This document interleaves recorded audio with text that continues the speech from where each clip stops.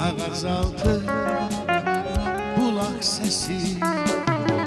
Günler geçir bize kal, o günlerin hatiresi.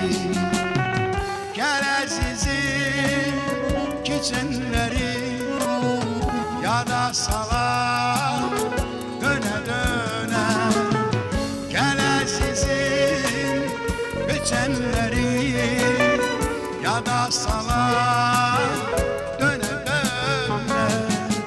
Öten güne gün satar mı salasan da günü güne.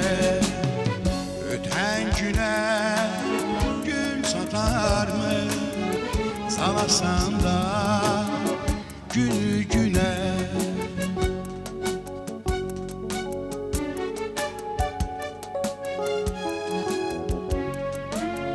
Saç ağarır koy ağarsın, koy var olsun ellerimiz.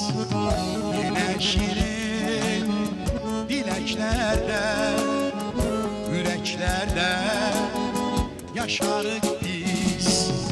Gel azizim geçenleri yada salak döne döne.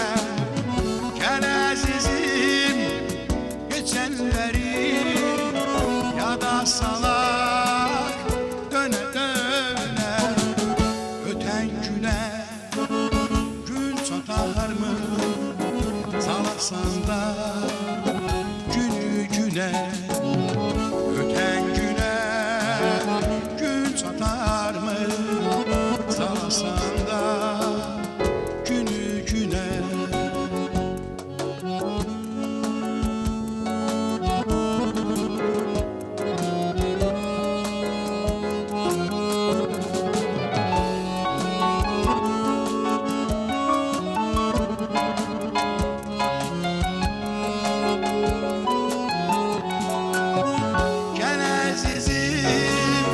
Geçenleri yada salar döne döne. Gel azizim geçenleri yada salar döne döne. Öten güne gün satar mı salasan da günü güne. Öten güne gün tutar mı salasan da